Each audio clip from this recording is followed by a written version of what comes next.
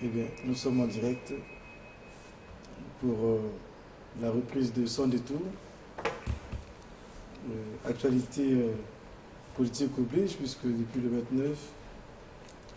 29, la campagne des législatives a été ouverte et donc tous les candidats sont en sens dessus-dessous et sont en train de sillonner les différentes circonscriptions de la ville capitale pour battre campagne. Ce soir, nous avons voulu traiter de ce sujet, mais en empruntant un apport de François Hollande, dans l'entre-deux tours de l'élection présidentielle, lorsqu'il disait « Moi, président de la République, je ne ferai pas ». Alors nous avons posé la question « Moi, député ». 3 points de suspension. Alors, dans le moi député, ça peut être tout un projet de société, ça peut être une profession de foi que les amis qui sont sur ce plateau, certainement pourront nous dire. Donc nous avons l'honneur d'avoir sur ce plateau M. Christian Para, qui est juriste de formation. On ne va pas donner ce qu'il fait dans le privé, mais qui s'essaye à cet exercice commun périlleux de la députation. À côté de lui, M. Patrick Goma, que nous avons l'habitude de recevoir sur ce plateau. Bonsoir mon cher Patrick. Bonsoir, c'est ça. Économiste de formation, lui aussi peut-être futur député à l'Assemblée nationale. M. James Gassongo, j'écris très mal, je m'étais té alors que c'est 2 S, je vais de découvrir ça. M. James Gassongo qui est financier, qui essaie aussi à la députation. Et enfin, M. Dylan Akwele Mbengue, bonsoir. Bonsoir.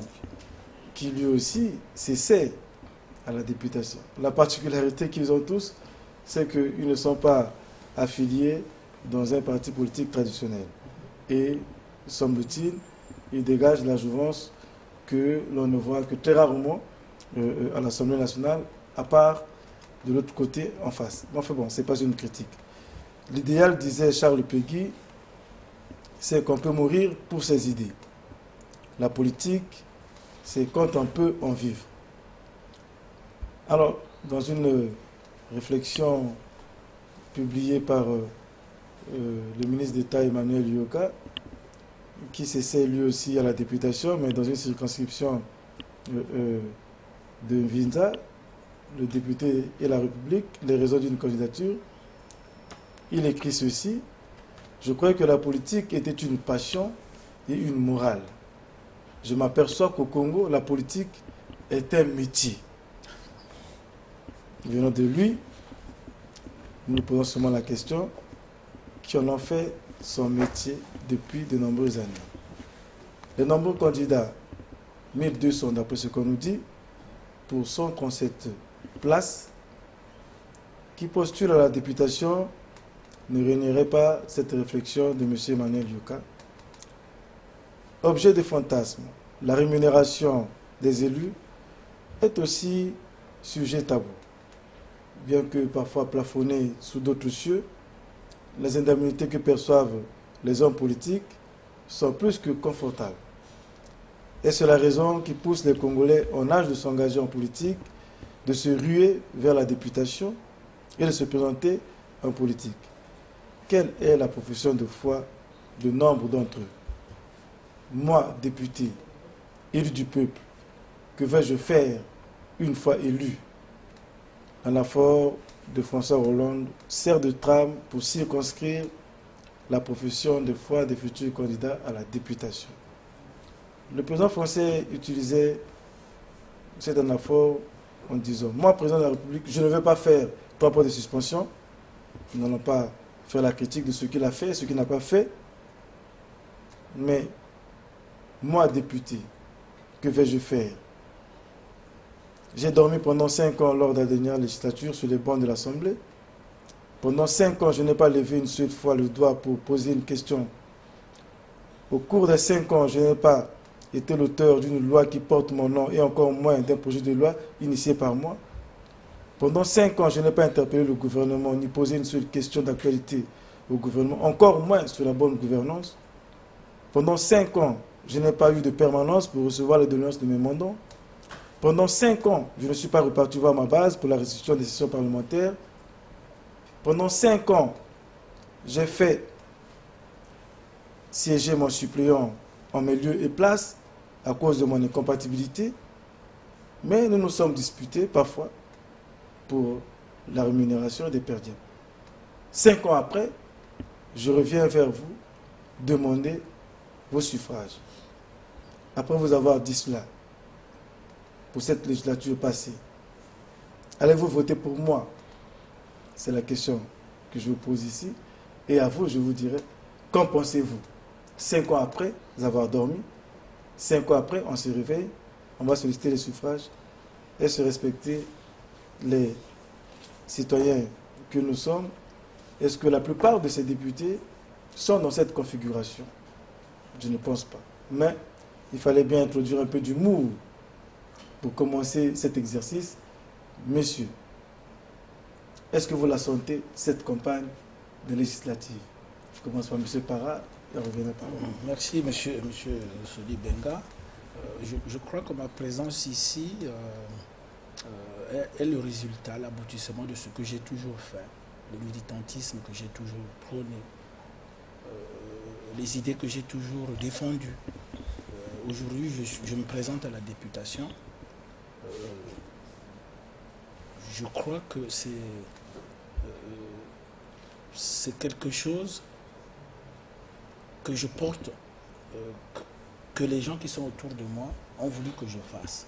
Parce que ce n'est pas quelque chose, on ne se lève pas comme ça, on se dit, bon, je vais à la députation. Je ne suis pas comme ceux qui font comme ça, mais moi, je crois que c'est une conviction. J'ai voulu y aller. La campagne, je la sens, en tout cas, la mienne, je la sens. Hein, je ne veux pas porter des jugements sur les campagnes des autres. Bon, mais je vois des choses, je crois que je laisserai à ceux qui voient certaines choses qui sont peut-être pas correctes ou correctes, je laisserai ce jugement-là, qu'ils le fassent eux. Mais moi, ma campagne, je suis en train de la sentir parce que ma campagne, elle est simple. Moi, je suis en ceux qui croient qu'il faut aller voir les gens chez eux et discuter. Et quand je le dis, je crois qu'il y a des gens qui sont en train de me voir en ce moment et qui se disent que ce monsieur, c'est vrai ce qu'il est en train de dire, je l'ai vu ce matin chez vous. Très bien. Je pense que la campagne, je la sens comme ça. Et les gens que je fréquente, que je visite, quelquefois ils me reçoivent, quelquefois ils font un peu la moue. Mais c'est comme ça, je leur dis, c'est la démocratie, il faut qu'on s'y habitue. Après 5 ans, ça va être comme ça. Peut-être en 2013, il y aura des gens qui viendront vous voir parce qu'il y aura des élections locales. Donc voilà, les gens qui me reçoivent, je disais, ils me disent c'est bien, faites comme ça. Donc ouais. Moi je me dis que c'est bien. Donc, mon cher Patrick Goma, vous la sentez, puisque vous avez déjà le pied dedans. Mais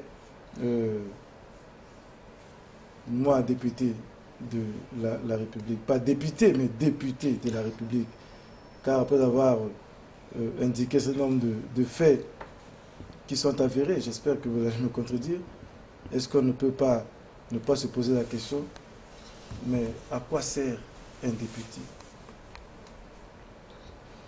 Bon, merci Sonny. Déjà le plateau de ce soir, c'était un très bon plateau. Et donc je crois que la campagne en elle-même, on la sent, les choses bougent, mais pour qu'on la sente vivante, il faudrait que les médias s'impliquent totalement, qu'on sente les médias s'engager, être à la recherche de l'information. Il ne faudrait pas que les médias attendent l'information. Ils doivent être à la recherche de l'information, couvrir tous les candidats, regarder ce qui se passe. Et là, eh bien, le public qui suit les médias comprend effectivement que la campagne est en train de se faire.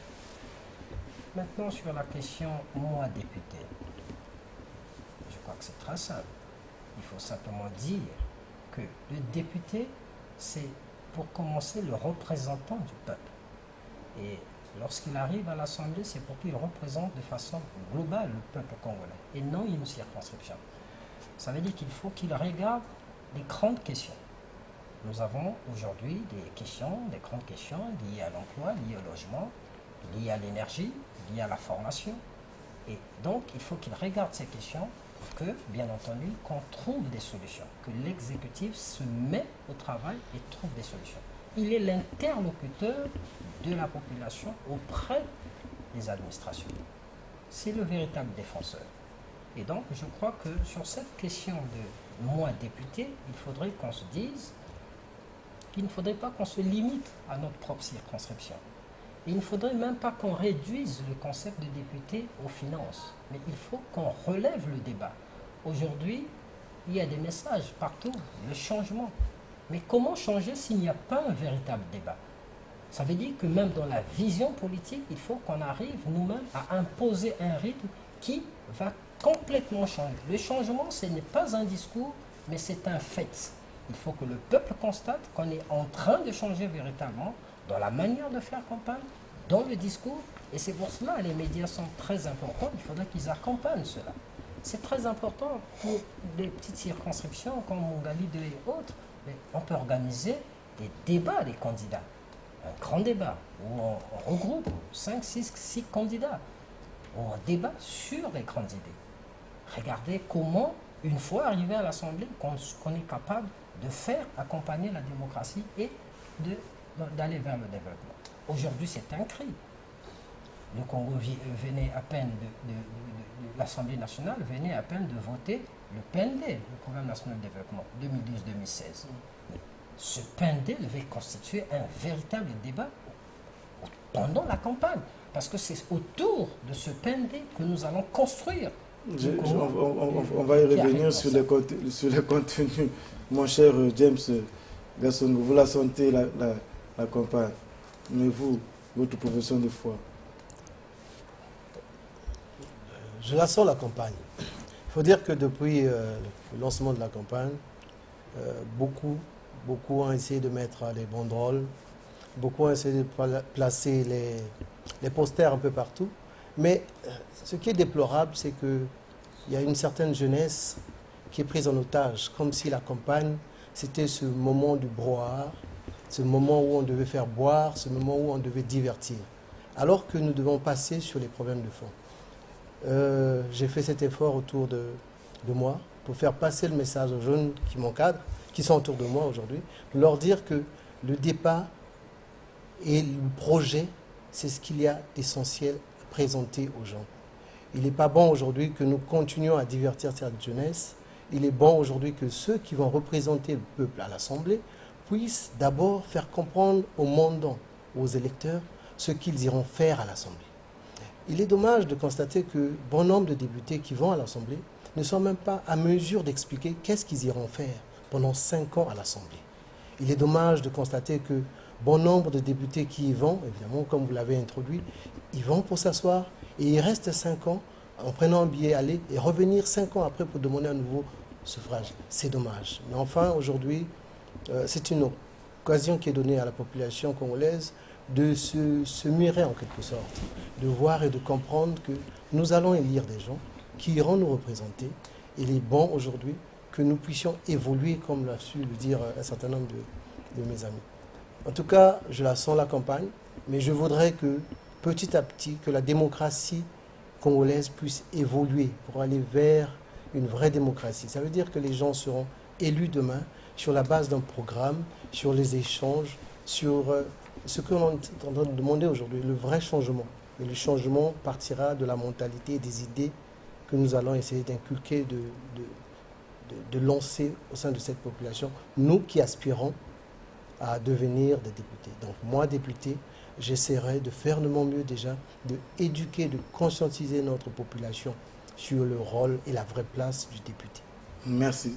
Le rôle et la vraie place, monsieur Dillon, vous ne direz pas le contraire. Est-ce que vous la sentez, cette campagne, dans votre circonscription? Est-ce qu'il y a un engouement pour ce rendez-vous? Et est-ce que les gens savent pourquoi ils iront voter et pourquoi ils doivent faire le choix entre, je crois parfois dans certaines circonscriptions, c'est 17 candidats, 19, avec des messages parfois diffus dont on ne comprend pas. Monsieur... Déjà dans ma circonscription, nous sommes 6 candidats. Donc la population est appelée à s'engager dans leur choix, à choisir en fait, parmi les 6. Donc c'est plus facile que... C'est plus facile qu'ailleurs. De l'autre côté où il y a 19 candidats. Quant à la campagne se fait. Je la vois, mais je ne la sens pas comme hier. Comme en 2002, par exemple, comme en 2007. Je sens qu'il y a quelque chose de nouveau. Parce que la jeunesse, cette fois-ci, s'est levée, s'est engagée et a compris que la politique aujourd'hui, c'est un jeu d'idées. C'est qu'on peut apporter à la République. Et que la démarche qui nous avait été proposée hier n'est pas forcément la meilleure. Faire une campagne n'est pas forcément synonyme de tapage, crier, passer dans les rues avec forcément des mégaphones, avec des voitures tapageuses. Parfois, le message n'est même pas là. Et en ce qui me concerne, la campagne, je la fais. Je fais le porte-à-porte. Je discute directement avec les mandants. Je leur fais comprendre ce que je peux faire pour eux.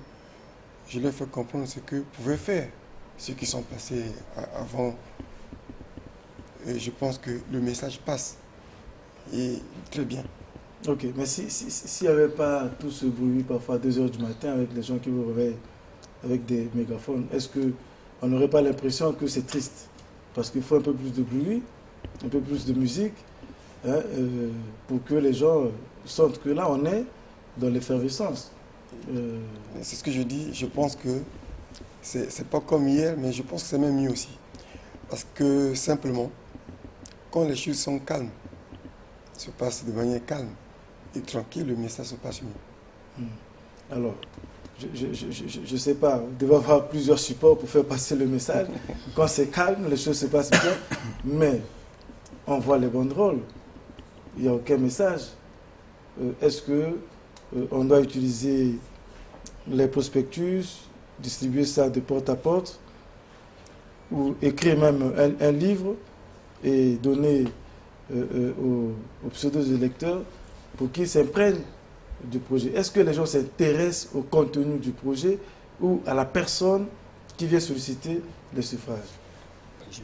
Je crois que c'est les deux. Hein. Je crois que la personnalité joue aussi. Il faut pas se leurrer sur ça. Je crois que les personnalités des uns et des autres sont prises en compte. Oui, mais quand vous êtes un anonyme qui n'a pas d'argent, qui ne côtoie pas les allées du pouvoir et encore moins les sièges de télévision, comment pouvez-vous avoir une personnalité affirmée pour pouvoir avoir accès facilement au suffrage de vos concitoyens? Je crois qu'il y a des techniques pour ça. On ne va pas débattre. Ne dévalez pas les techniques. Vous savez, bon, dans ces choses-là, il faut toujours... Il y a des stratégies qu'il faut mettre en place pour se faire. Moi, par exemple, je suis candidat à Mongali 2. Je ne dis pas que tout le monde me connaît, mais il y a des techniques, il y a la persuasion. Par exemple, moi je me dis que si on place les vrais problèmes au cœur de la campagne, par exemple, moi je sillonne Mongali, je me balade, ce matin encore j'ai fait du terrain, il y a un problème qui revient, tout le monde connaît le problème, c'est l'emploi des jeunes, il faut faire ça. Je crois que les gens savent ce qu'ils veulent. Les gens attendent des réponses aux questions. Les gens savent ça. Les vrais problèmes, on les connaît. Mon cher Patrick, entre votre prospectus qui est bien élaboré, hein, pourquoi je veux être député, et un t-shirt que vous tendez à quelqu'un, prendra-t-il le prospectus en premier ou le t-shirt? Bon, prendra-t-il le t-shirt ou le prospectus? Il faut laisser le libre arbitre, le libre choix. Mais vous savez que j'ai toujours dit une chose.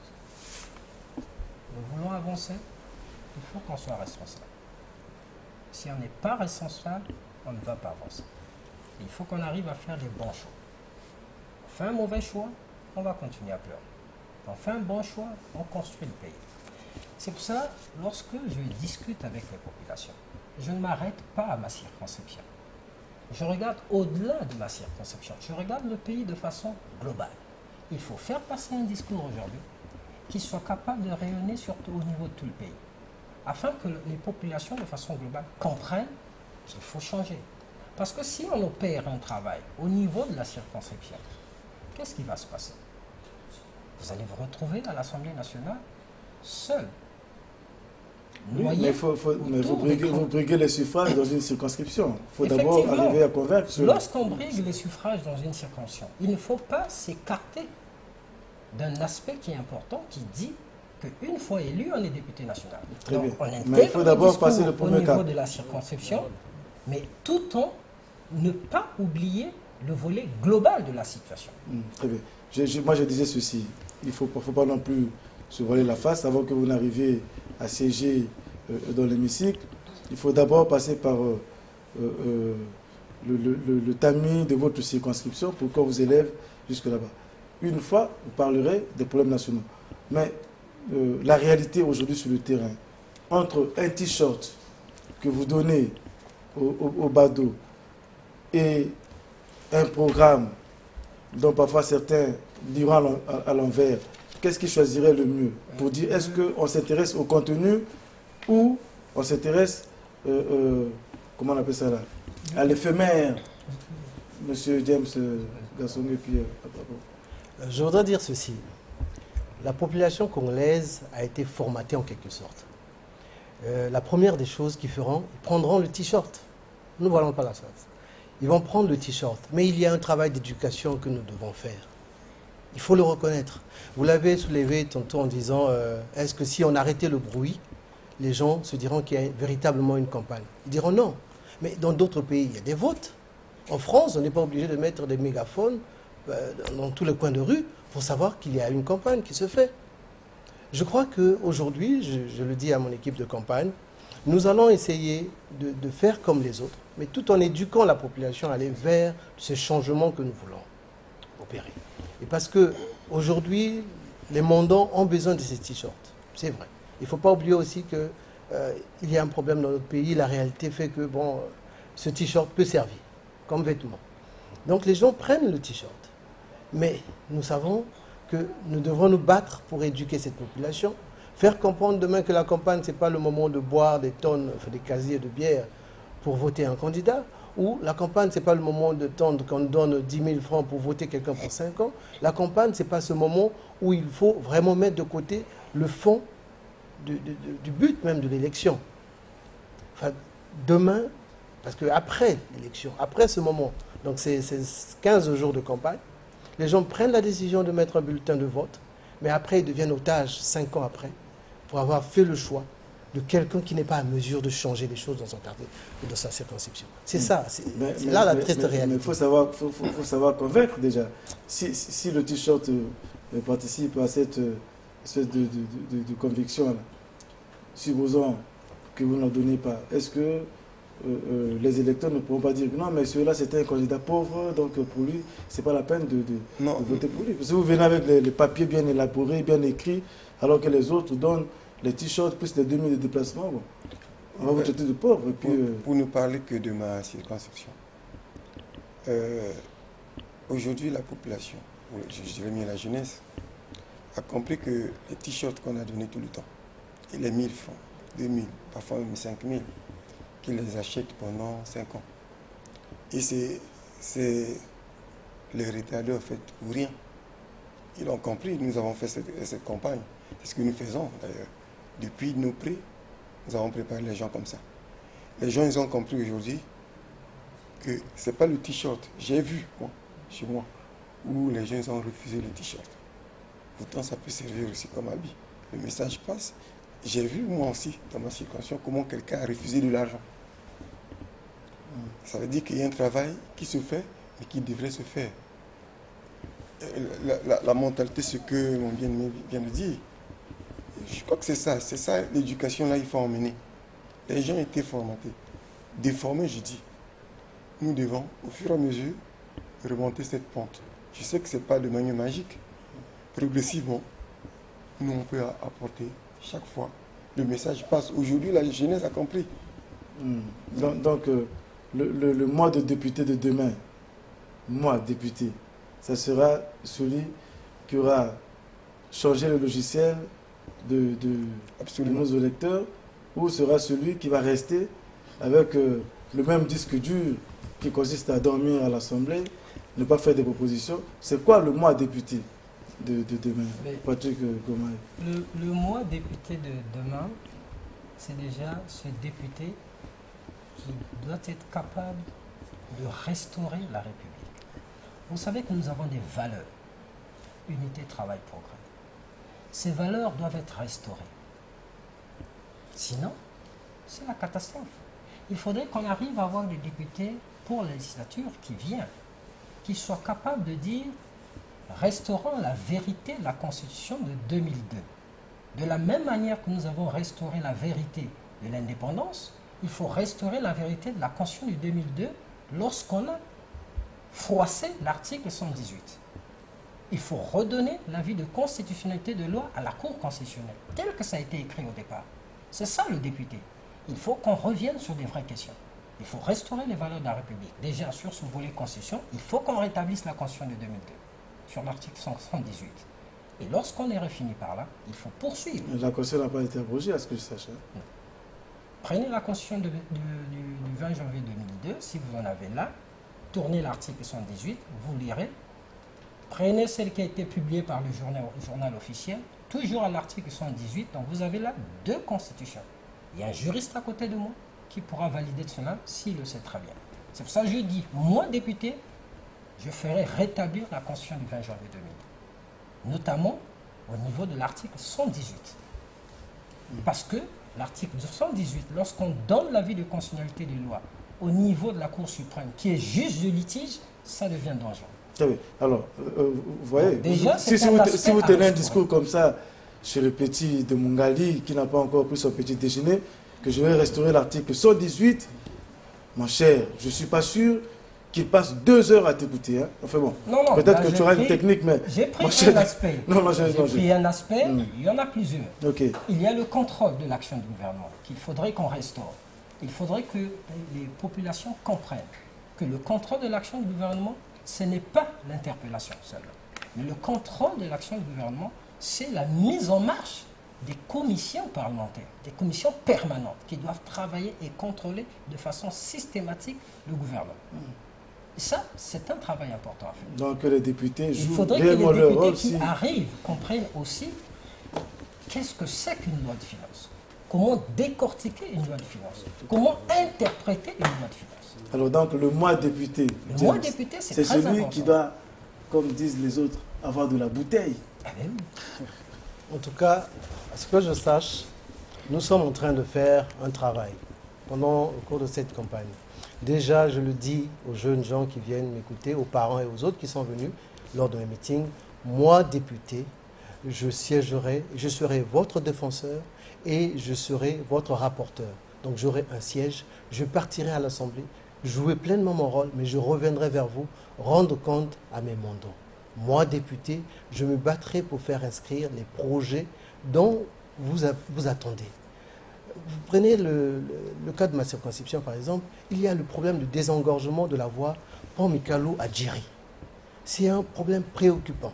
Il y a un problème d'embauche et de chômage dans mon secteur. Je dis, rien que cette voie, la création de l'axe, le désengorgement de l'axe Pont-Mikalo à Djiri, ou la création d'une nouvelle voie entre le Pont-Mikalo vers Djiri, en passant par Ipo-Manyanga pour désenclaver ces zones urbaines, mais qui sont enclavées, malheureusement, ça va jouer et ça va changer les choses. Aujourd'hui, cette population qui est en train d'écouter finit par analyser, comprendre que nous avons besoin de cet échange, réellement. Et donc, moi, député, je le dis, je parle des projets, je parle du rôle, je parle de beaucoup de choses de façon que les gens puissent m'écouter. Et je vous jure, et je vous le dis, cette population qui, peut-être, ne faisait pas attention à ces discours, est en train de prendre en compte ce que nous sommes en train de dire. Et il y a un changement. C'est leur réalité, finalement. Mais, mon cher Christian Parra, mais je ne savais pas que votre brochure avait finalement repris l'anaphore de M. Hollande à sa manière. Moi, député, j'encouragerais les actions de lutte contre la sécurité. Alors, mais... Enfin bon, on n'invente pas la roue, hein, mais... On n'invente pas la roue, bien entendu. Mais comme on dit, les grands esprits se retrouvent. Tout à fait. Merci.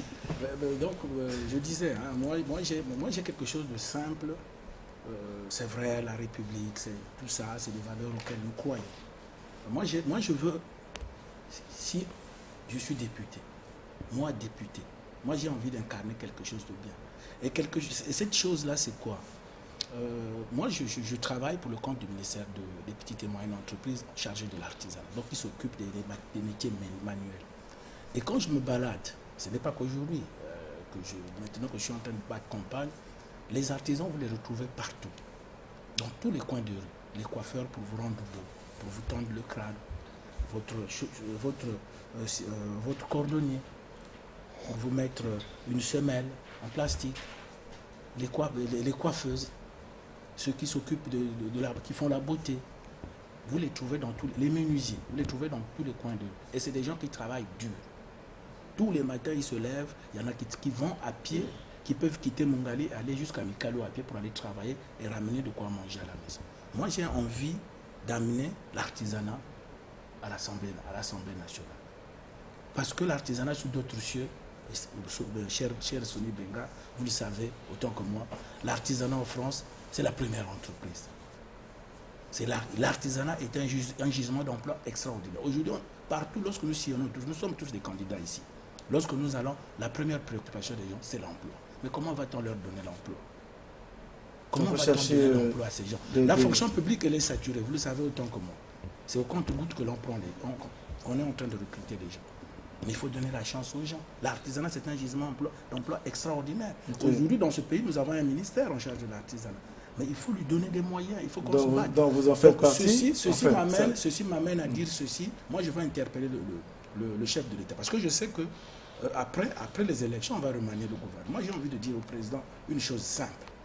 J'ai dit au président de la République, créer un ministère qui va s'occuper de la jeunesse, de l'instruction civique, parce qu'il y a des problèmes d'antivaleurs, tout le monde connaît, de formation technique et qualifiante, et chargé de l'artisanat. Je n'invente pas la roue sous d'autres cieux. Au Togo, par exemple, vous vérifierez, c'est comme ça que les choses ne passent. Comme ça, on va en faire un vrai problème.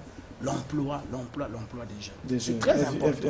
Mais il n'y a pas que les jeunes qui sont dans l'artisanat. Hein. Il y a aussi des jeunes troisième âge qui se recyclent. Tout à fait.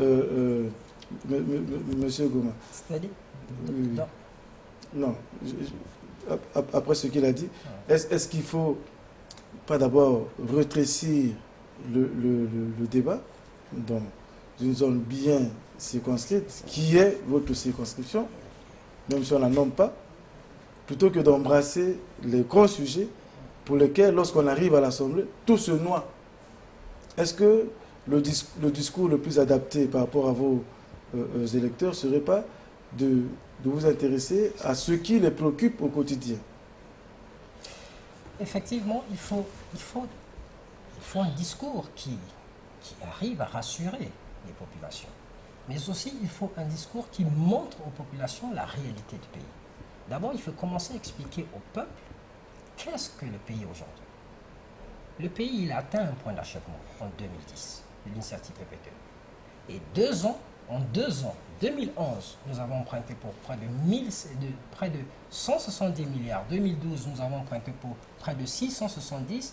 Donc ça veut dire qu'en 2 ans, le pays est reparti dans une situation d'endettement. Et le député de demain, c'est celui qui viendra mettre un frein à l'endettement désordonné. Quand j'écoute les préoccupations de mon très cher frère Para, lorsqu'il parle des métiers, je parle de l'emploi. Mais le député de demain, c'est celui qui doit faire quoi? Et qui doit connaître, qui doit savoir qu'il y a la PIB qui existe, la provision pour investissement diversifié, qui est autour de 30-35 milliards an pour soutenir les métiers. C'est pour ça que le député devait être celui-là qui accompagne le développement. Quand il a compris qu'il y a la PIB qui existe, il faut qu'il organise les communautés dans sa circonscription, qu'il organise les métiers.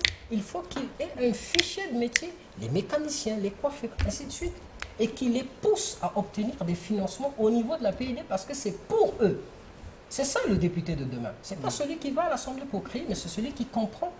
Voici la source et il faut organiser la communauté pour qu'il puise dans cette source. Pour qu'elle puise dans cette source. C'est ça le député de demain. Nous allons marquer une toute petite pause de publicité, question nous aussi de nous ressourcer, et on reviendra sur dans la deuxième partie, parce que on a l'impression que on postule, non pas pour aller toujours répondre ou défendre, comment on appelle ça là, vos concitoyens, mais plutôt parce que c'est devenu un métier lucratif, et que les 4 500 €, l'équivalent de 3 millions, ben, c'est toujours ça à prendre, ce qui fait que pour 117 sièges, si je ne me trompe pas, 137 pardon, près de 1200 concours à la députation. Une petite page de publicité et on revient sur ce plateau pour la deuxième et dernière partie. La santé et le bien-être de tous les Congolais sont une priorité. C'est pourquoi nous avons concentré nos efforts sur les soins aux mères et aux enfants. Afin d'offrir des soins efficaces et accessibles, nous avons développé nos infrastructures médicales en les équipant d'outils de diagnostic modernes. Nous avons également conduit une politique volontariste afin de former et de motiver un plus grand nombre de personnels de santé. Dans les circonstances difficiles, nous avons répondu rapidement afin d'offrir immédiatement les soins nécessaires. Le Parti congolais du travail soutient avec fierté et détermination l'action du gouvernement. À l'occasion des législatives 2012, mobilisons-nous et soutenons le Parti congolais du travail. Donnons au PCT et à la majorité présidentielle une majorité confortable.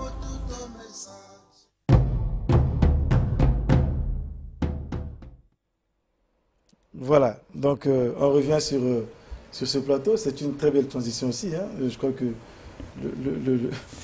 ce parti appelle à ce qu'on lui donne la majorité pour soutenir l'action du président de la République. Alors, je disais que, pour prendre la citation du ministre d'État Emmanuel Yoka, qui disait qu'il s'apercevait qu'au Congo, la politique était devenue un métier. Alors, donc, aujourd'hui, les gens se battent pour devenir des ministres, des ministres ou des députés, parce qu'ils savent qu'ils peuvent garantir leur fin du mois et avoir un pécule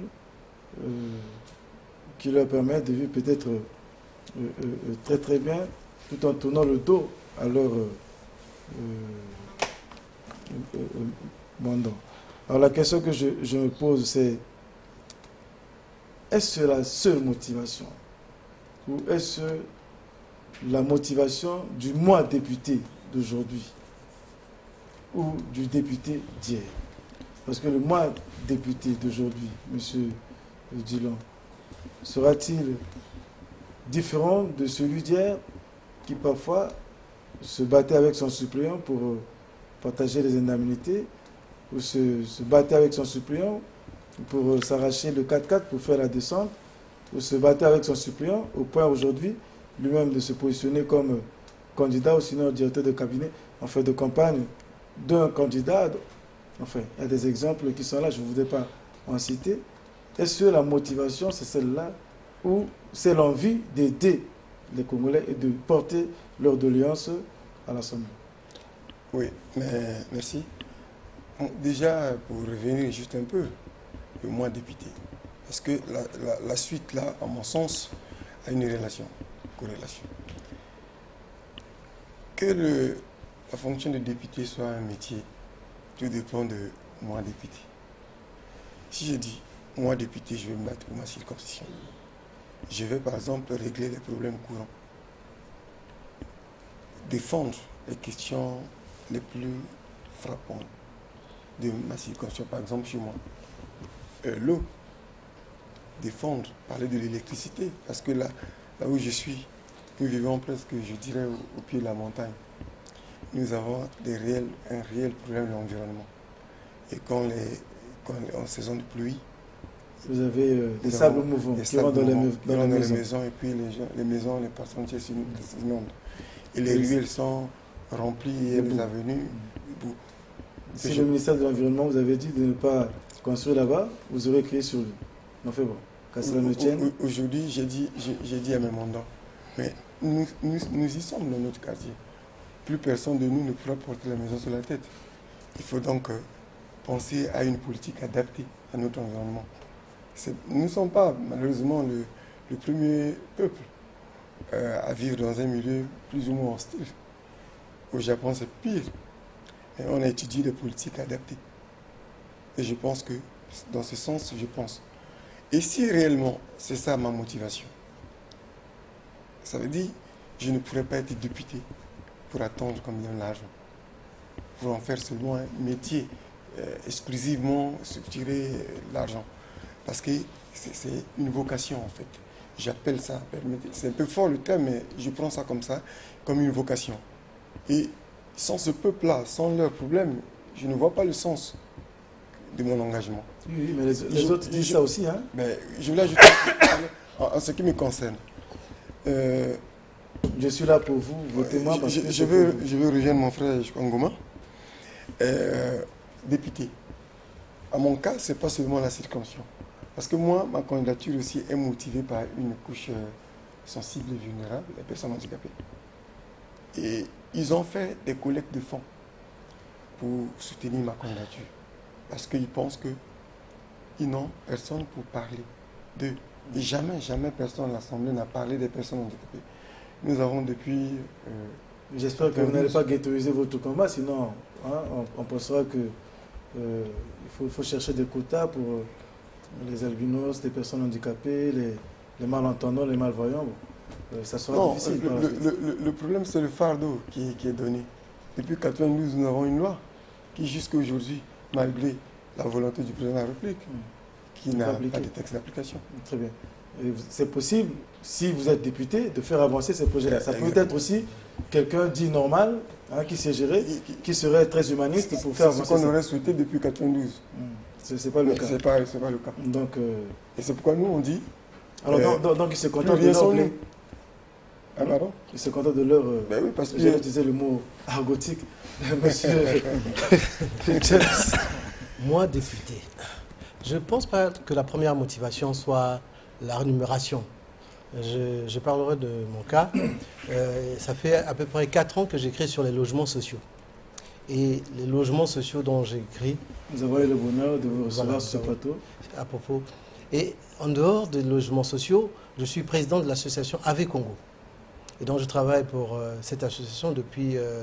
ça fait faire à peu près 8 ans que je mène un certain nombre de combats avec cette association pour l'amélioration des conditions de vie des populations congolaises. Je me bats dans le domaine de la santé et de l'éducation. Et pour avoir œuvré dans ce sens, je n'ai jamais perçu de revenus.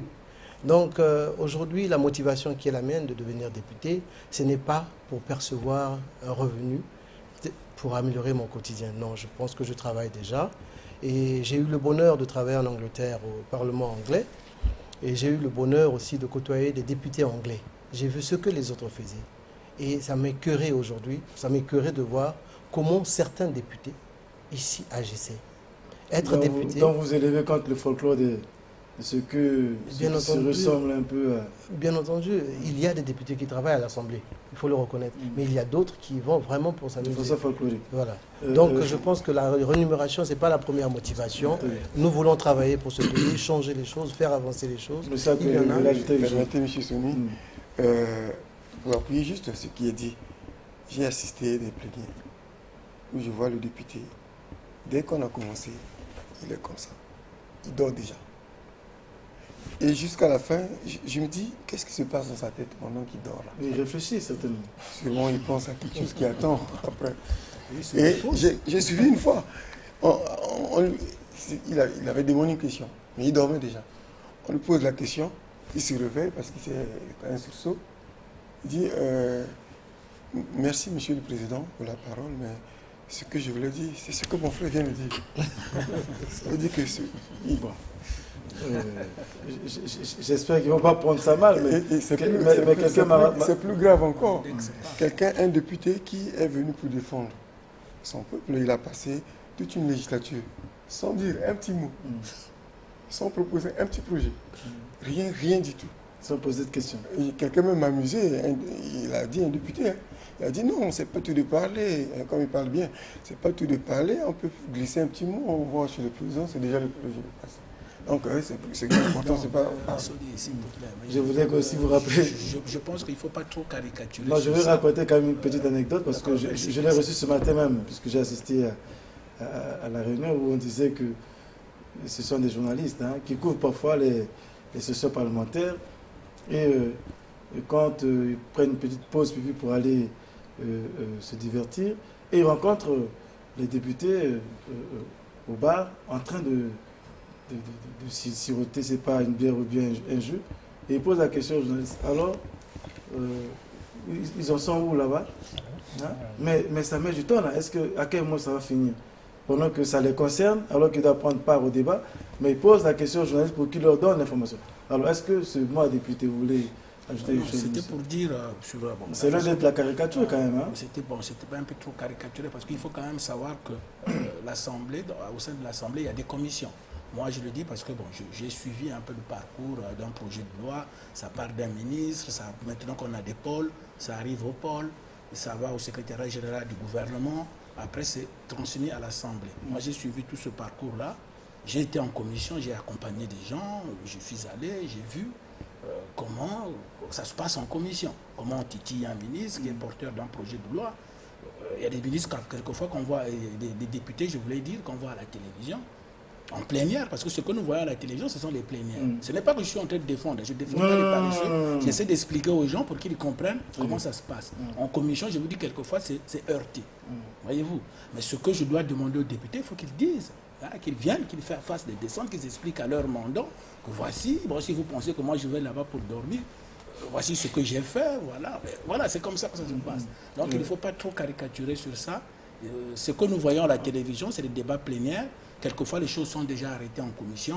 Ils viennent là, sauf lorsqu'il s'agit des interpellations. Moi, je ne suis pas député, je veux le devenir, bien entendu.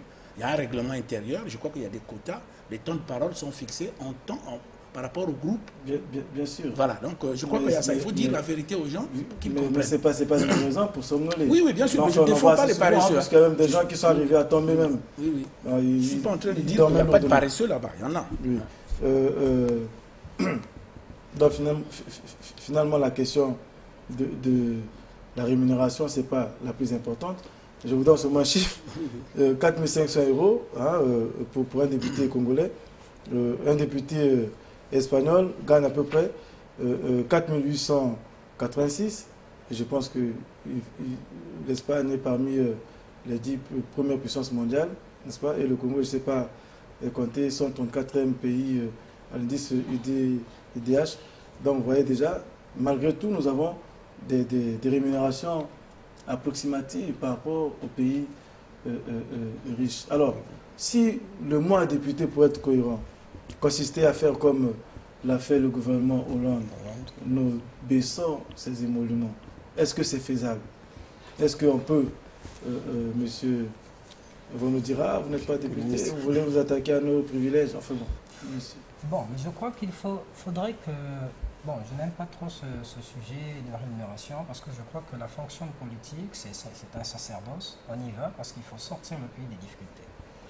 Alors, quand vous prenez en termes d'émoluments... Il n'y a que chez vous que c'est sacerdotal, hein? Je ne voudrais pas me limiter en termes d'émoluments. Il faut faire les ratios.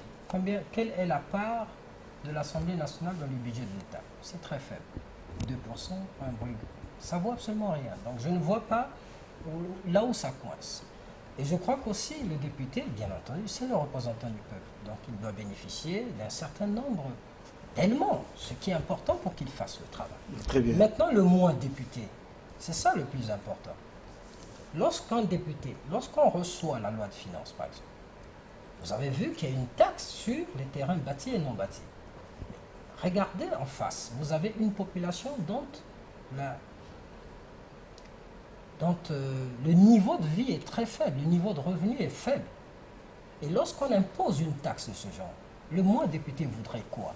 Moi député, c'est faire qu'à la prochaine législature, qu'on supprime la taxe sur les terrains bâtis et non bâtis et qu'on impose la taxe sur le patrimoine, qui va être bien entendu assise sur les véhicules de luxe, les deuxièmes véhicules de luxe, sur les deuxièmes résidences secondaires. C'est ça, il faut que le moi député soit celui qui pousse les riches à contribuer pour les classes moyennes et les classes pauvres. C'est ça le mois député. Donc la rémunération est moins importante. Il faut plutôt aller rechercher là où il y a les ressources et accompagner le développement. C'est ça le mois député. Monsieur Gassogo, je vous voyais réagir, mais avant de vous donner la parole, mais lorsque vous dites que cette rémunération-là, dans le cadre de ce que fait un homme politique, est tout à fait légitime et justifié, mais c'est la même chose que font les autres, sinon en mieux. Hein, en France, où le nouveau président de la République qui vient d'être élu a demandé qu'on réduise les rémunérations et des ministres. Le président de l'Assemblée nationale a indiqué, enfin, française, hein, parce que, excusez-nous, parfois de prendre des exemples de la France, qu'il réduisait ses émoluments de moins 30%. Hein. C'est aussi une fonction qui est importante. Chez nous, 4300 ou 4500 euros, hein, c'est pas beaucoup. Non, monsieur Sonny, permettez ça fait que 2% dans le budget national. Non, mais bon, et le budget de combien? Permettez que je rebondisse rapidement. 400 000 milliards. Il faudrait 2%, ça fait combien? Il faudrait qu'on se situe dans la réalité. Oui, non, mais bon. Parce que vous parlez de ratio, vous parlez de ratio, mon cher. Mais effectivement, le parallélisme peut poser problème. Pourquoi? Parce que la France aujourd'hui est dans une situation de crise dure. Le Congo n'est pas dans la même situation. Le Congo a un problème, c'est celui de mieux orienter les finances publiques et avoir les bons représentants au niveau de l'Assemblée nationale. Point. Ce n'est pas un problème de ressources. Mais la question d'équité et de justice aussi impose que vous voulez vous attaquer aux personnes les plus démunies qui n'ont même pas 1 euro par jour pour y vivre, et celui qui a 3 millions par mois, bon, fait 3 millions. Je voudrais rebondir sur la question pour dire, bon, je ne suis pas contre que l'on baisse la rémunération des hommes politiques ou des députés. Mais posons-nous la question, est-ce que le député français ou le ministre français reçoit-il les mandants chez eux qui viennent lui poser des problèmes d'ordonnance? Posons-nous les questions réelles. La réalité est que c'est vrai qu'il y a ces monuments qui sont, pour le commun mortel, le Congo, élevés, mais le problème du député aujourd'hui, il doit parfois faire face à certaines situations. Il n'a pas de caisse pour cela, je crois.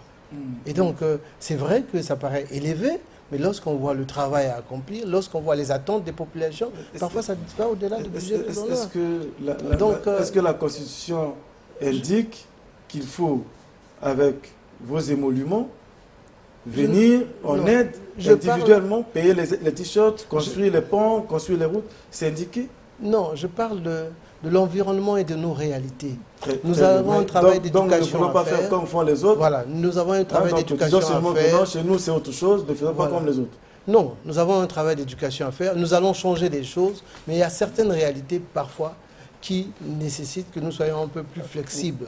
Nous ne fassions pas cette comparaison, parce que je pense que ça sera... Non, comparaison n'est pas raison, mais seulement, vous conviendrez que si nous donnons à ces gens-là, enfin, à nos compatriotes, ces mauvais plis, ils resteront.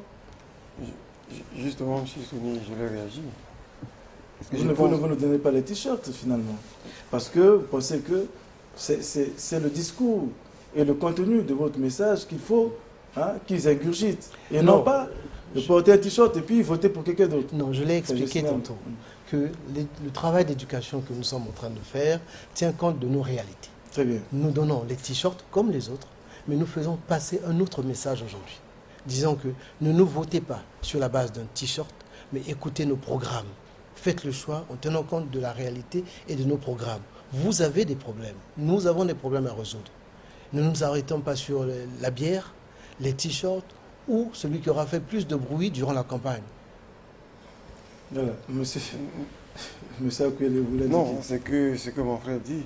Je voulais juste préciser aussi une chose. Quand nous faisons ça, c'est juste une démarche. C'est le début d'une démarche. L'objectif, c'est quoi? C'est qu'on veut éduquer cette population qui, aujourd'hui, nous voulons qu'ils votent sur la base de nos programmes, de nos idées, en faisant comme, en même temps aussi comme les autres, donner un petit t-shirt. Ça, en fait, moi, je pense que c'est en quelque sorte un appât, juste pour que nous ne soyons pas repoussés. Mais l'objectif, c'est de les éduquer. Ils ont mené à penser les choses autrement. Et si l'objectif est celui-là, peut-être pas aujourd'hui, demain. Ça veut dire qu'on pourra arriver, comme dit monsieur, on pourra arriver à ramener cette population, de ne pas avoir toujours cette culture de penser que c'est chez les députés où on doit venir chaque fois, donner les ordonnances, tout ça. Ça, c'est aussi un travail d'éducation qu'on peut faire. C'est vrai que ce n'est pas aujourd'hui. Donc, c'est un volet qui peut prendre du temps sûrement. Donc, si il évoquait ici la question des émoluments réduits, je pense que la raison de ne pas les réduire ne peut pas être forcément ça, puisque ça, c'est une situation que nous vivons parce que nous avons subi ça, nous voulons corriger. Si on veut aller vers l'avant, on ne va pas tenir ce même raisonnement aujourd'hui.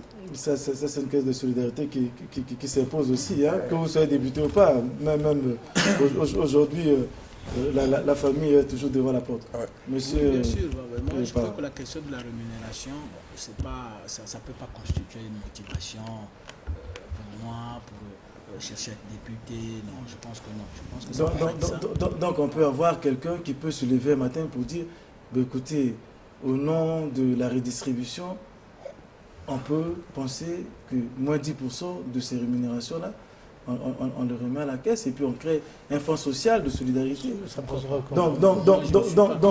enfin, moi je dis comme ça. Et par conséquent... non, on n'est pas contre. Dans le fond, on n'est pas contre. Sur le fond, député, vous pouvez initier ça, vous êtes jeune. Oui, sur le fond, on n'est pas contre. C'est des propositions qu'on peut faire. Ça, il faut voir comment, dans quel contexte on va le faire. Là où on discute de ces questions-là. Ce que l'on voulait expliquer, c'est qu'il ne faut pas que ce soit systématique, parce qu'en France, on l'a fait. Non. Voilà, c'est peut-être un exemple que vous prenez pour dire, par exemple, que on peut le faire. Comme ça. Nous avons fait une comparaison en termes de rémunération. Nous sommes un pays... Quoi PPT. Voilà. Et puis l'Espagne, c'est un pays développé. Voilà. Nos députés gagnent exactement comme les députés espagnols. Mais nous sommes pays pauvres, très endettés, nous allons parfois tendre la main. Il peut y avoir quand même une indécence, entre guillemets. Hein, je ne vais pas dire parce que sinon les gens vont dire « Ah, il n'est pas député, bon, il nous torpille pour ça ». Il peut y avoir quand même une indécence d'aller tendre la main alors que vous avez quasiment la même rémunération. Voyez-vous, un député allemand gagne 7 680 €, mais imposable. Hein? Un député portugais, je vous donne les statistiques, 6 658 € brut. Donc, si c'est net, il est dans les 4 000 €. Alors, ce sont des pays qui, économiquement, sont assis, politiquement sont structurés, et puis ils n'ont pas des questions, parfois des questions de fin de mois comme nous les avons ici, et la question de la solidarité est réglée au travers des structures et institutions qui sont mises en place. Alors, est-ce que vous, moi, député, ça ne serait pas, en termes de redistribution, une initiative, par exemple, à mettre sur la place publique? Effectivement. Vous vous ferez applaudir par vos mandants si vous allez battre campagne en disant « Moi, si je vais, vous voyez, je vais baisser. » Non, pas du tout, M. Soni. Moi, j'aime bien, dans le mois député, il faut qu'on ait le véritable regard sur là où la balance pèse. Ce n'est pas parce qu'on va baisser la rémunération des députés qu'on va résoudre un problème. Je vais vous prendre un exemple simple. Il suffit qu'aujourd'hui, que le mois député, qu'on impose à ce que le budget d'investissement, à ce que les marchés publics ne soient pas accessibles aux étrangers, on aurait résolu un grand problème. Nous perdons plus de la moitié de notre investissement, de notre budget d'investissement, qui se retrouve à l'extérieur, simplement parce que les marchés publics sont pris par les étrangers. Et le mois député, c'est pour qu'on arrête ça. Aujourd'hui, vous allez en Chine, aucun étranger n'a accès au marché public. Mais nous avons des accords avec la Chine aujourd'hui. Ça veut dire que si les Chinois ont accès à notre marché public, les Congolais, en principe, devaient avoir accès au marché public chinois. Et si ça ne se fait pas comme ça, on arrête. Mon cher, c'est ça le mois député, il faut savoir trouver les ressources là où les ressources se trouvent. Mon cher Goma, c'est bien, c'est très volontariste, mais entre nous, est-ce que vous avez des entreprises viables qui sont compétitives pour faire en sorte que vraiment, en cas d'appel d'offres, qu'ils puissent aussi répondre avec les mêmes ressources que celles qui sont déployées par les Bouygues, les Chinois, je ne sais pas comment vous appelez, là, pour que vous puissiez, à part égale, aller postuler au marché public chinois ou français. C'est ça, le moi député.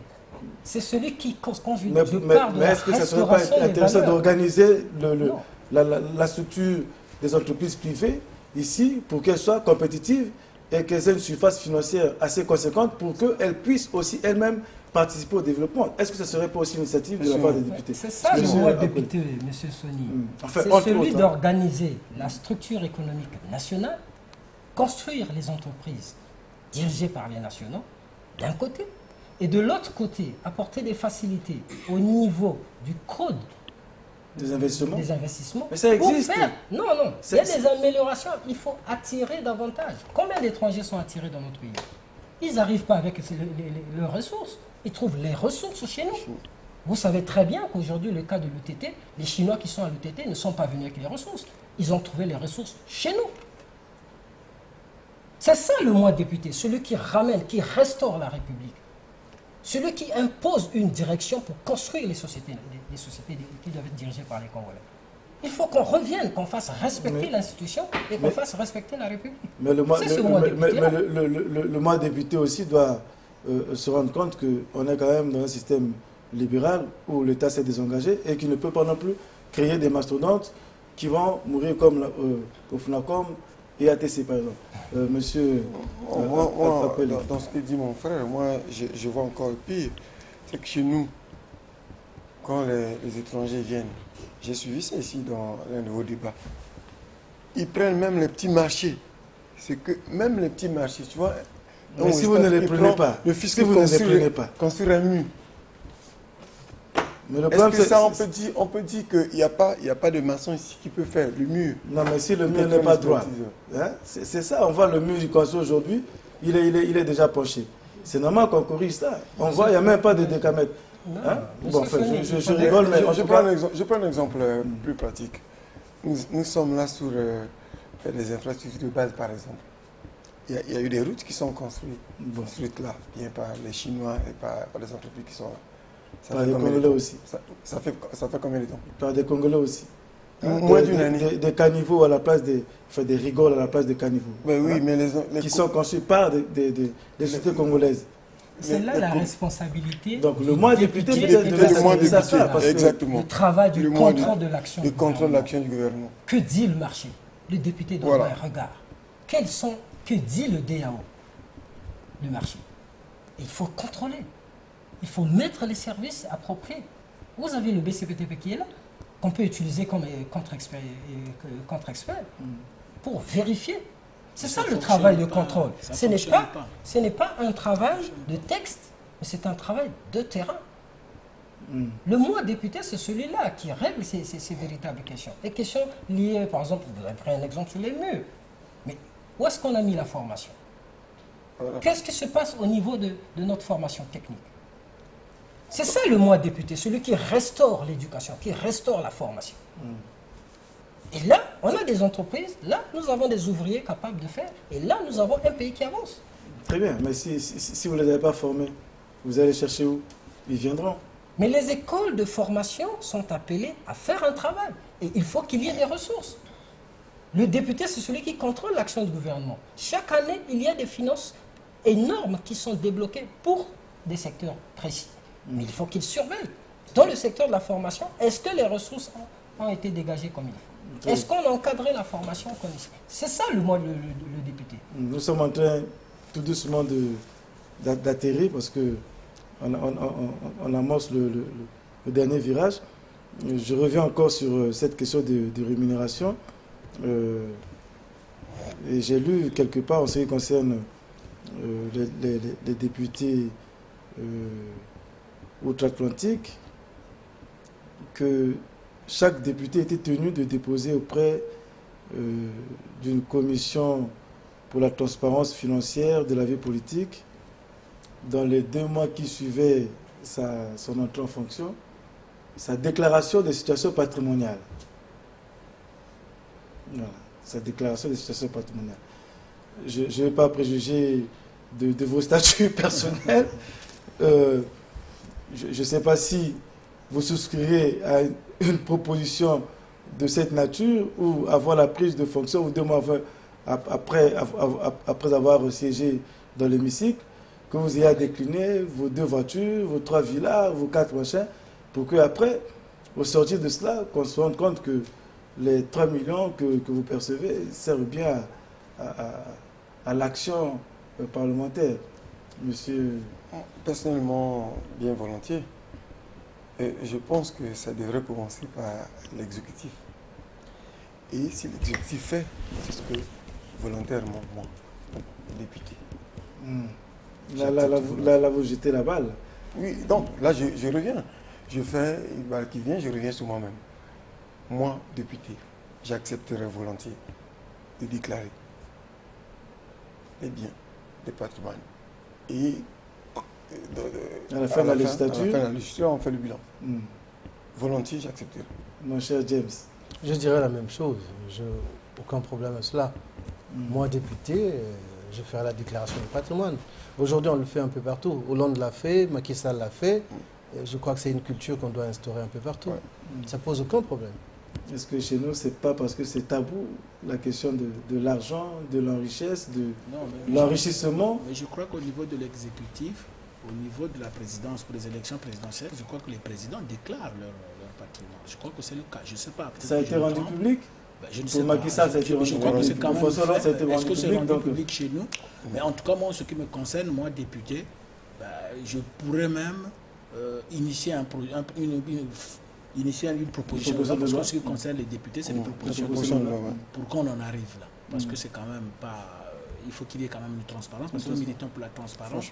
Lorsqu'on s'est engagé dans la vie politique, comme nous autres là qui avons commencé longtemps, même si on n'en a pas vraiment l'air, il y a des principes sur lesquels on ne transige pas. Il faut être transparent, aimer le débat, aimer la contradiction, accepter les idées de l'autre. Je crois que tout ça, ça participe de la vie démocratique. Il faut aimer la transparence, par conséquent, il faut déclarer son patrimoine. Je suis pour qu'on le fasse même. Je ne sais pas à quand est-ce qu'aura lieu la rentrée parlementaire, mais je pourrais, même si j'ai la chance d'y aller, de commencer à annoncer les couleurs, dire qu'il faut qu'on les gars, il faut qu'on déclare. Qu'on déclare déjà. Voilà. Mon cher Goma, ça ne représente que 2% du budget national. Non, je suis celui qui aime qu'on respecte les valeurs de la République. Nous avons une constitution qui est claire. Le député ne gère pas une caisse. Pour commencer. Moi, je ne vois pas pourquoi on devait imposer aux députés la déclaration de patrimoine. Parce qu'il n'est pas gestionnaire d'une caisse. Il perd un travail et il bénéficie d'une aide. Point. Vous faites votre travail, M. Sony, vous avez votre salaire, vous êtes libre de vous organiser comme vous voulez, avec les banques, avec XY, et augmenter votre capacité. Mais là n'est pas la question. Vous ne gérez pas une caisse publique. Parce que celui qui est appelé à déclarer ses biens, c'est celui qui gère la caisse publique, parce qu'il est en face de ce danger de toucher à la caisse publique. Or, le député, ce n'est pas le cas. Le député, c'est le contrôleur de la caisse publique. Vous ne pouvez pas imposer au contrôleur de la caisse publique cet exercice. Ce n'est pas possible. Ce n'est pas bon. C'est même contraire à notre constitution. Moi, je préfère le dire comme ça. Je ne suis pas sentimentaliste, mais j'aime respecter la République. Simplement. Ok, c'est parfait. On aura tout compris que vous donnerez à compte-goutte, mais c'est pas grave. Alors, j'atterris, puisque on parle de constitution, en 2002, l'article 89, je rappelle encore une fois les prérogatives des députés. C'est contrôle du Parlement sur l'action du gouvernement, qui passe par l'interpellation, la question écrite, la question orale, la question d'actualité, l'audition en commission et l'enquête parlementaire. Alors, est-ce que moi, député, puisqu'on a évoqué la solidarité ici, dans lesquels les 3 millions de francs CFA qu'on perçoit par mois servent parfois à payer les ordonnances et même à aider certaines personnes Est-ce que le moi député de demain, ça sera celui qui doit se permettre de construire un pont, de payer les ordonnances, si tant est que cet argent, il le ferait, enfin, ces dons, il le ferait avec ses propres deniers. Monsieur James. Je pense que nous avons essayé d'expliquer un certain nombre de choses. Nous l'avons dit, le rôle du député aujourd'hui, de demain, ce n'est pas de construire, de se substituer à l'État. Les infrastructures de base doivent être construites par l'État, par l'aide que nous pouvons parfois obtenir ou faire obtenir au niveau des organismes internationaux. Il y a beaucoup de choses que l'on peut faire pour aider la population, pour aider nos mandants. Le député n'est pas là à se substituer à l'État et à bâtir ou à se mettre à tout créer parce qu'il a, j'allais dire, certaines faveurs ou certaines richesses. Non.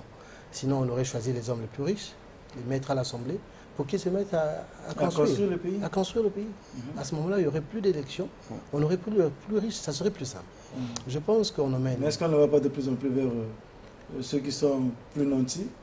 C'est une erreur quand même. C'est une erreur. Si nous allons évoluer dans ce sens, ça serait une erreur. Pour la simple raison, on laissera de côté ceux qui pourront travailler, mettre leur savoir au service de la population pour aussi bien contribuer dans le fond et dans la forme, parce que nous aurons besoin des lois, nous aurons besoin des propositions, nous aurons besoin de faire évoluer le pays et de restaurer la République. Mais ce n'est pas parce qu'on est nanti qu'on a la capacité. Je crois que c'est absurde de le penser. Monsieur, je crois que cette erreur que mon frère parle, c'est ce que nous tentons de rattraper, de corriger en fait. Parce que là, dans nos descentes, nous tentons de faire comprendre à la population que ce n'est pas parce que quelqu'un est venu avec des millions, je ne sais pas comment, pour vous les distribuer, pour vous leurrer, que lui sera le meilleur député pour vous. Parce qu'ils l'ont toujours fait tout le temps. Apporter, j'ai vu tant de millions, tant de ceci. Après, vous chamaillez, vous distribuez, et puis ça fait 500 000 francs. Après, c'est fini. Donc, ce n'est pas ça, au fait. C'est ce que nous tentons de corriger. Et je pense que le mois député ne va plus tomber là. Mais par exemple, chez vous, quand il pleut, bon, impossibilité de vous déplacer puisqu'il y a le sable qui envahit les maisons. Est-ce que vous, en tant que député, vous n'aurez pas cet esprit philanthropique, vous allez prendre les tracteurs de Matima et puis vous allez vous enlever et dire bon, mais moi, député de la circonscription, voilà, pour dégager, j'ai payé 3 millions pour qu'on vous dégage la rue. Est-ce que ça serait ça? Je pense que le geste peut avoir un double sens. Déjà, moi, député, je peux négocier les financements quand je n'en ai pas. Ce n'est pas moi qui finance. Et je suis tâché à expliquer à cette population que là, j'ai négocié quelque chose pour vous, c'est mon rôle. Je négocie des marchés avec les organisations internationales ou même nationales et je trouve pour eux. Et je leur explique. Si un don volontaire, moi, député, j'ai fait, il faut que j'explique à cette population pour être honnête. Aussi pour ne pas les désorienter, pour ne pas les duper comme on le fait toujours. Mais est-ce que la main qui donne doit toujours être toujours au-dessus de celle qui reçoit et puis faire toujours l'objet d'un bruit démesuré pour dire que non, on a offert. Monsieur Goma, moi député, le Parlement exerce le pouvoir législatif et contrôle l'action de l'exécutif. Si on dit article 89 de la Constitution, point. Est-ce qu'on va construire une école parce que le corps de la circonscription a été frappé par la foudre? Est-ce qu'on va amener des tables bancs? Est-ce qu'il vaut mieux ne pas le négocier avec l'Union européenne pour qu'on vienne construire une école ou moderniser un établissement ou même peut-être offrir un pont plutôt que de venir débourser ses propres sous pour construire ce pont? Est-ce que même si c'est des marques de solidarité, est-ce que ce n'est pas contraire aussi à la loi?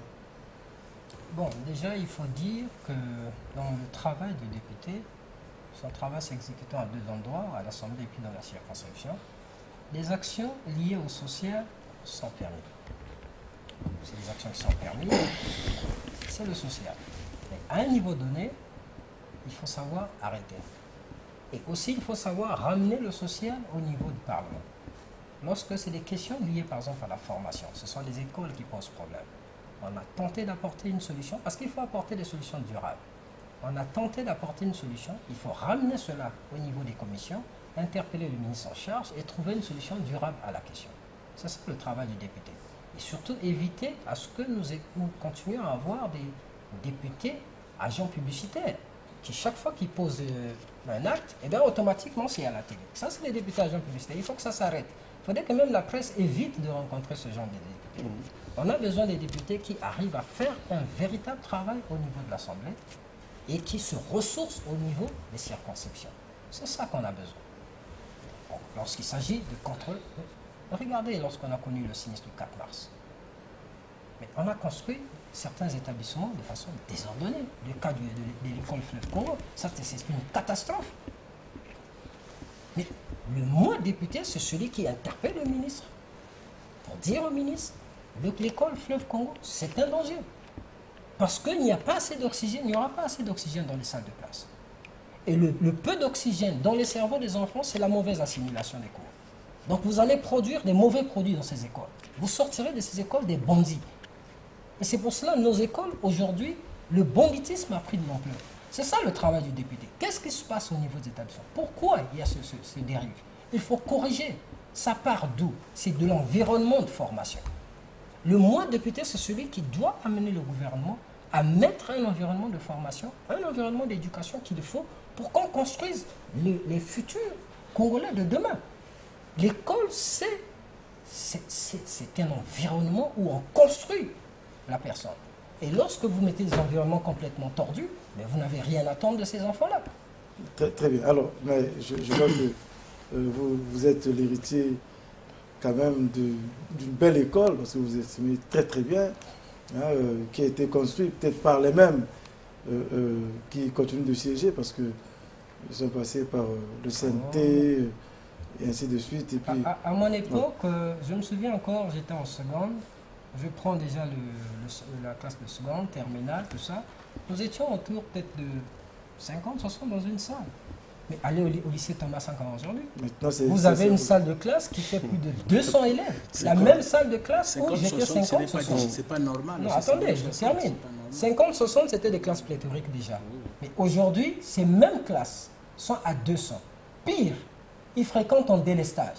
Aujourd'hui, c'est la C1, demain, c'est la C2 et la C1. Donc, c'est une catastrophe qu'on est en train de vivre. Et le moins député, c'est celui-là qui appelait à restaurer ces valeurs d'unité. L'unité en tout lieu. Est-ce que ce n'est pas interpeller les ministres en charge de ces départements pour leur dire que là, il faut qu'il y ait quelque chose? Monsieur Parra, alors, c'est aussi la conclusion. Est-ce que j'ai vu, moi, député, j'engagerai des réflexions autour des projets d'intérêt communautaire à caractère socioculturel et sportif, sport de masse, théâtre, cinéma, récital, politique, etc. Donc vous, au moins, vous allez engager la réflexion.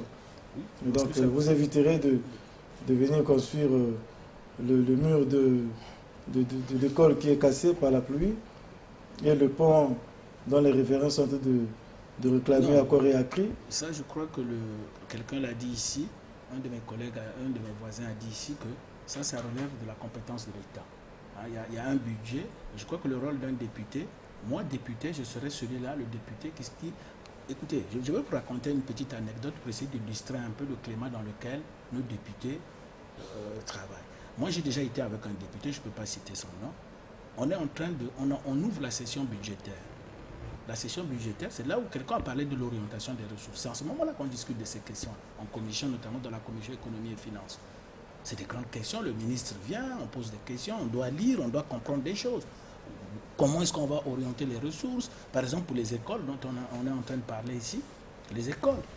Comment le ministère a fait la programmation? Quelle école on va soutenir? Qu'est-ce qu'on va faire? C'est très important. Mais le député n'est pas là-bas.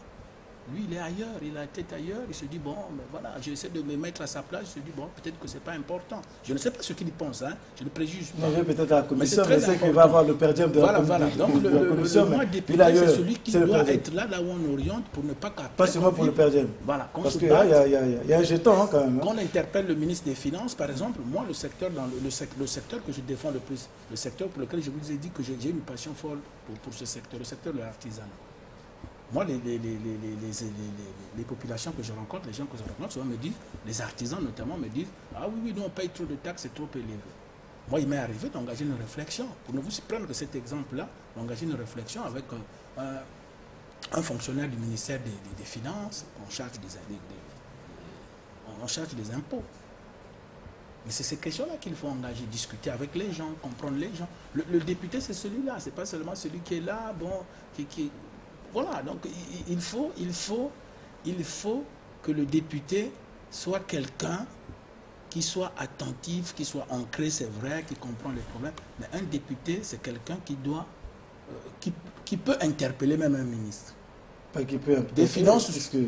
Ah oui, même le ministre, parce qu'il y a des gens qui pensent qu'un ministre, même là-bas, il y a des députés, moi j'ai vu des députés, ah non, toi tu penses que toi tu peux pas, un ministre tu peux l'interpeller comme ça. Ça c'est un député qui te fait une réflexion comme ça. Il pense qu'un député, bon, il a un ministre, écoutez, c'est des choses que nous connaissons, on peut rester longtemps ici en train de parler du comportement, parce que c'est de ça qu'il s'agit, le comportement des députés. Le député de demain ne doit pas être comme ça. Le député de demain, qui a le suffrage de ces populations et qui va dans une espèce de combat, parce qu'il faut obtenir des choses, il faut arracher des choses, orienter, réorienter, corriger. Je voudrais vous dire quand même que c'est vous qui avez la légitimité du peuple, en tant que député. Un ministre n'a pas la légitimité du peuple. Voilà. Il a la séparation des pouvoirs. Non, mais il est là par le fait du prince. C'est un pouvoir, c'est un pouvoir. Et c'est pas non plus parce que... Je parle du député. Oui, bien sûr. Donc le député doit faire valoir ses droits, ses valeurs, parce qu'il tire son pouvoir du souverain primaire, directement. Mon cher James. Donc, je dis, moi, député, je suis dans une circonscription où aujourd'hui, j'ai été, pour la première fois quand je suis descendu à Jacopango, j'ai vu comment les gens vivaient à Brazzaville, dans des situations extrêmement difficiles. J'ai vu le désenclavement. J'ai été surpris de découvrir Brazzaville. J'ai vu pour la première fois un patient qu'on emmenait dans une brouette. J'ai escaladé, j'allais dire, une montagne où il y avait plein de pneus. Et quand je suis sorti de là, je me suis dit, nous avons des problèmes. Et le député, ce n'est pas vraiment celui qui doit distraire, non. Il y a des infrastructures, ce n'est pas avec sa petite poche que l'on essaiera de le faire. Aujourd'hui, tous les Brazzavillois ont vu le problème de Casis, l'érosion. Mais le député ne doit pas venir s'amuser en disant qu'on peut se substituer à l'État. Non. En tout cas, je pense pour cette législature, moi, député, il faut qu'on connaisse vraiment le rôle du député. Celui du député, comme on le dit à présent, celui de faire inscrire ou d'emmener le gouvernement à regarder les réalités de nos mandants. Nous avons ce devoir d'aller inscrire ces projets de loi. Et le malheur est que certains d'entre nous ont été très enthousiastes et se sont pris ce plaisir de prendre la carte de visite et de garder dans leur poche. Pendant 5 ans. Pendant 5 ans. Mais cette carte de visite de député te donne la possibilité d'ouvrir beaucoup de choses, d'aller même à l'étranger chercher des financements. Je ne sais pas, mais enfin, je pense que moi, député aujourd'hui, pour nous, jeunes, et pour certains qui veulent bien voir les choses, qu'ils essayent de comprendre vraiment le rôle du député. Du député de demain, qu'il soit un peu différent. En vous écoutant, maintenant je comprends quel sera le député de demain. Alors, est-ce que j'ai envie de donner un conseil à ceux qui nous regardent, qu'il faut les dégager, ou il faut leur renouveler la confiance, mais s'ils ont été attentifs au cours de la législature passée, ils doivent se rendre compte que si le député a passé son temps à dormir, ne pas faire des propositions de loi, ne pas interpeller le gouvernement, ne pas interpeller, ni même faire son travail normal, peut-être que c'est maintenant ou jamais avec leur bulletin qu'ils pourront décider de son sort. Car décider de son sort, c'est aussi se dire, moi, je contribue à la création d'une république une et indivisible, à laquelle moi j'ai mon mot à dire. Et ce mot, c'est le bulletin qu'il aura déposé dans l'urne. Alors, nous n'allons pas nous substituer aux électeurs. Ils savent ce qu'ils vont faire. Comme on dit, s'il y avait des messages clairement définis, distillés, s'ils ont un peu de temps, qu'ils lisent. S'il y a des programmes, des projets de société des candidats, qu'ils regardent pour que le dimanche 15, qu'ils opèrent le bon choix. Pour des raisons d'équité, nous n'allons pas faire la promo des amis qui sont ici. Nous demandons seulement aux Congolais de réagir, de faire leur exercice, d'accomplir leur exercice citoyen, car de ce qu'on nous dit, il essaie d'avoir des taux d'abstention élevés parce que le message est assez diffus. Les gens ne comprennent pas très bien. Est-ce que c'est le folklore? Est-ce que c'est la nuisance? Est-ce que c'est un véritable projet qu'on veut offrir aux Congolais? Pour d'autres, ils veulent asseoir une majorité assez conséquente pour soutenir l'action du chef de l'État. Pour d'autres, ils veulent exercer leur devoir parlementaire en s'opposant de façon pas systématique, mais de façon constructive, comme on dit, parce que dans cette République, il faut une majorité, une opposition, et il faut aussi que d'autres tendances s'expriment. Et nous avons reçu ici des candidats indépendants qui ne sont affiliés à aucun parti politique, et ça démontre aussi de la vitalité de cette génération qui aura peut-être un rôle à jouer demain. Nous, on leur souhaite bon vent, comme à tous les autres candidats qui ne se sont pas présentés. L'espace de la DRTV est ouverte. Tous les mardis, c'est Son de Tour qui revient au rendez-vous. Et le mardi prochain, si rien ne vient perturber le programme, nous allons parler de la CPI. 10 ans après, quel bilan? Je crois quand même que, si ce n'est pas hier ou avant-hier, la CPI a totalisé 10 ans. À la tête de cette Cour pénale internationale se trouve une Africaine, gambienne, de son État. Est-ce pour autant elle aura donné un autre rythme? Lorsque la critique qu'on a fait à M. Moreno, c'est de s'acharner aux Africains, aux chefs d'État africains, et beaucoup plus à tout ce qui semblait revenir de l'Afrique subsaharienne, alors que aussi bien en Europe qu'en Amérique du Nord, il y a aussi matière à réflexion et des gens aussi qu'on aurait pu poursuivre. Voilà, ça sera pour la semaine prochaine. CPI, 10 ans après, quel bilan? Merci pour votre fidélité générique. À la semaine prochaine.